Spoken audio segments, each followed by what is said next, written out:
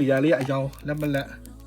အိုးအကြောင်းတော့လက်နေပါတယ်โอเคတော့မင်္ဂလာပါမနေ့ရထားတဲ့ Pokemon Starter Pack တရားလေးကိုဖောက်ပြပြတယ်ခုချိန်မှာဒီ Starter Pack ကအရန်ကိုနာမည်ကြီးနေပြီးတော့ဒီတော့ပါတဲ့6枚တက်နဲ့ဒီတိုင်းကလည်းဈေးတွေဆောင်ရအောင်ဟိုက်နေတာပါဒါကြောင့်ဒီ Starter Pack တရားလေးကိုအကုန်လုံးတူတူဖောက်လိုက်အောင်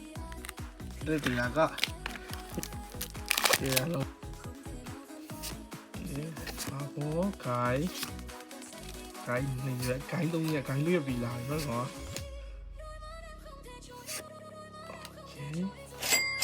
Oh, Charizard 001 001 Charizard ပါ Oh, nice ဆိုအောင် Charizard 001တော့ရပါတယ်001ရှိအောင်ကြီးတော့မရပါမယ်လေဒါ Charizard နဲ့ဒုက္ခခင်းနေပြီဒီ side တော့ဒီကက side တော့ကိုမကတည်းကကိုမဘာလို့ဆိုတော့ဘယ်ကတည်းကCharizard 001လေဆိုအောင်ဒီကကြီးထင်ပါမယ်တို့ကျွန်တော်ရွှေအောင်ယူလာမယ်ရွှေအောင်ဟုတ်မယ်လေဆိုအောင်ဒါပီတက်လေးပါပီတက်လေးပြီးရင်ဒီနောက်တော့ဒီအော်ဒီရဲ့ကလေးပါမယ်ဒီရဲ့ fire energy လေးပါပါမယ်ကျန်တော့ကလေးရောထော်ရတာဒီကလေးပါ